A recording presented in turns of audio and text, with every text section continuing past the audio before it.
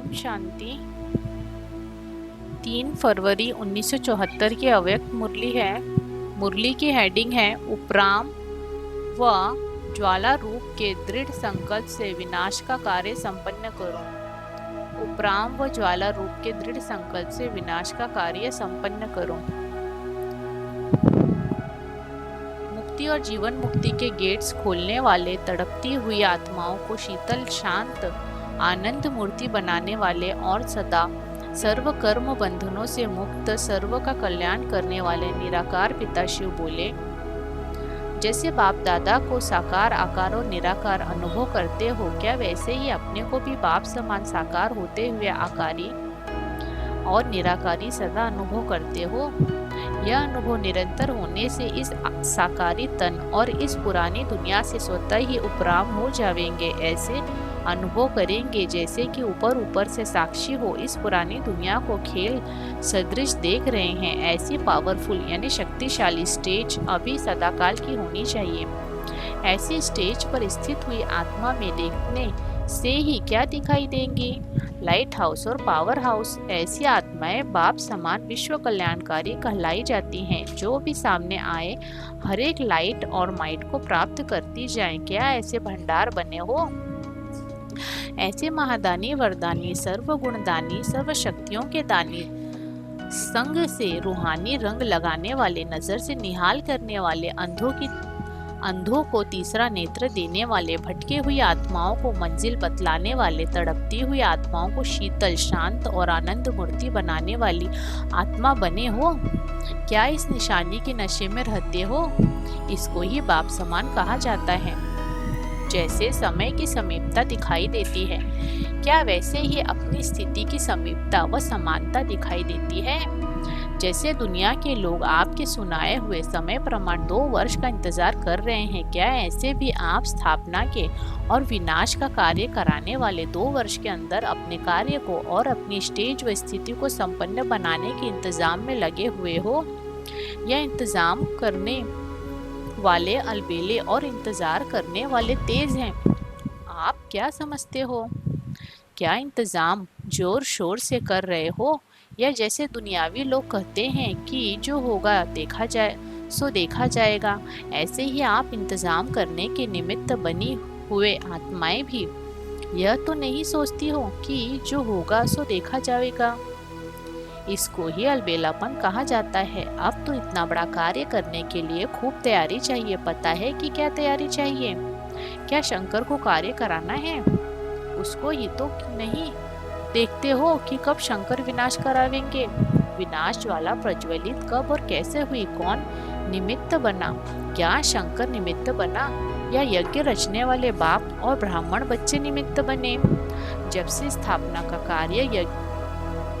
कार्य अर्थ यज्ञ रचा, तब से स्थापना के साथ साथ यज्ञ कुंड से विनाश की ज्वाला भी प्रकट हुई।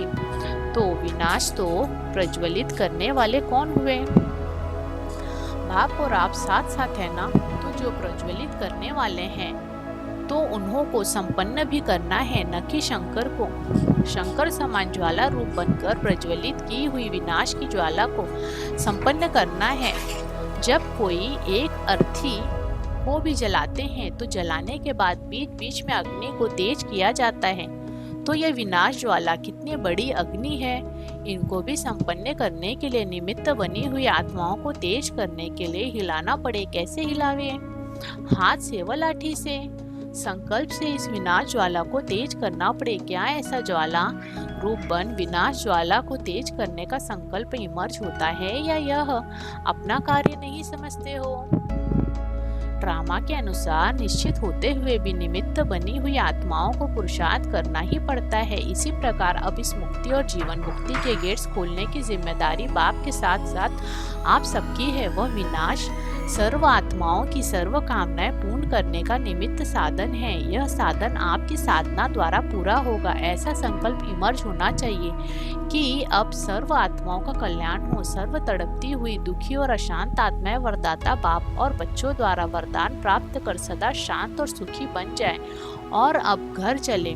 यह स्मृति समय की समीपता प्रमाण तेज होनी चाहिए, क्योंकि इस संकल्प से ही और इस स्मृति से ही विनाश ज्वाला भड़क उठेगी और सर्व का कल्याण होगा।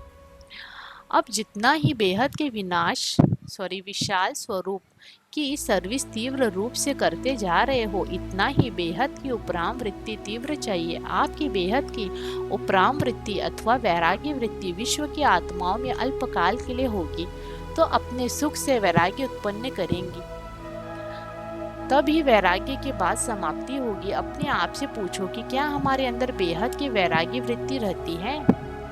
जो गायन है कि करते हुए अकर्ता संपर्क संबंध में करते हुए कर्मातीत, क्या ऐसी स्टेज रहती है कोई भी लगाव न हो और सर्विस भी लगाव से न हो, लेकिन निमित्त भाव से हो, इससे ही कर्मातीत बन जाएंगे। अब अपने कार्य को समेटना शुरू करो।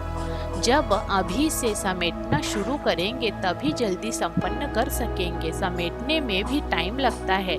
जब कोई कार्य अथवा दुकान आदि समेटनी शुरू करते हैं तो क्या किया जाता है? सेल करते हैं। जब सेल लिख देते हैं तो वह सामान जल्दी जल्दी समाप्त हो जाता है। तो यह फेयर भी क्या है? यह भी सेल लगाया है ना, ताकि जल्दी जल्दी सबको संदेश मिल जाए, जो खरीदना है वह खरीद लो, नहीं तो उलाहना न रह जाए। अभी क्या करना है?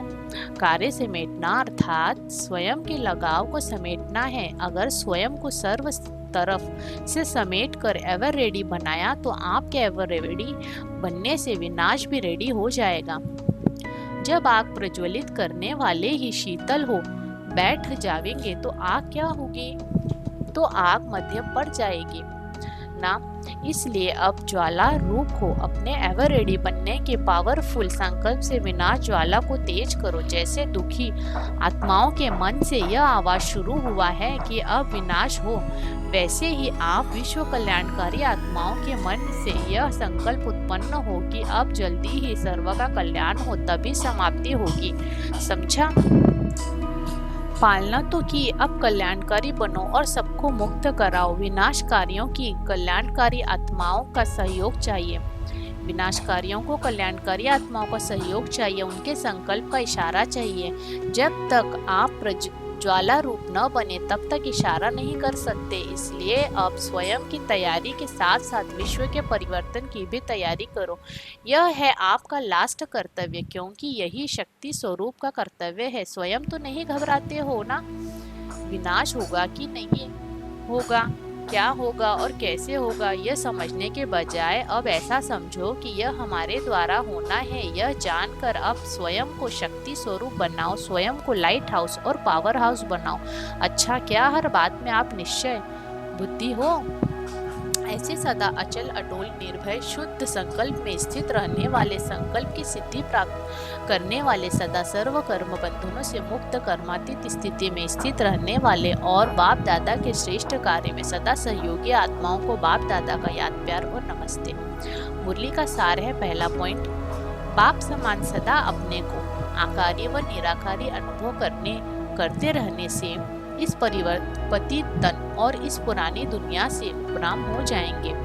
आपकी बेहद की उपराम वृत्ति अर्थात वैराग्य वृत्ति ही विश्व की आत्माओं में अल्पकाल के सुख से वैराग्य उत्पन्न करेगी और इस वैराग्य के बाद ही समाप्ति होगी। अब शंकर समान, तीसरा पॉइंट है, अब शंकर समान ज्वाला रूप बन कर प्रज्वलित की हुई विनाश की ज्वाला को संपन्न करना है। चौथा, मुक्ति और जीवन मुक्ति के गेट खोलने की जिम्मेवारी रूहानी बाप के साथ साथ आप बच्चों की भी है। पांचवा, अब घर चलने की स्मृति समय की समीपता प्रमाण तेज होनी चाहिए, क्योंकि इस संकल्प से ही और इस स्मृति से ही विनाश ज्वाला भड़क उठेगी और सर्व का कल्याण होगा। छठा पॉइंट, विनाशकारियों को कल्याणकारी आत्माओं के संकल्प के इशारे का सहयोग चाहिए। अच्छा, ओम शांति।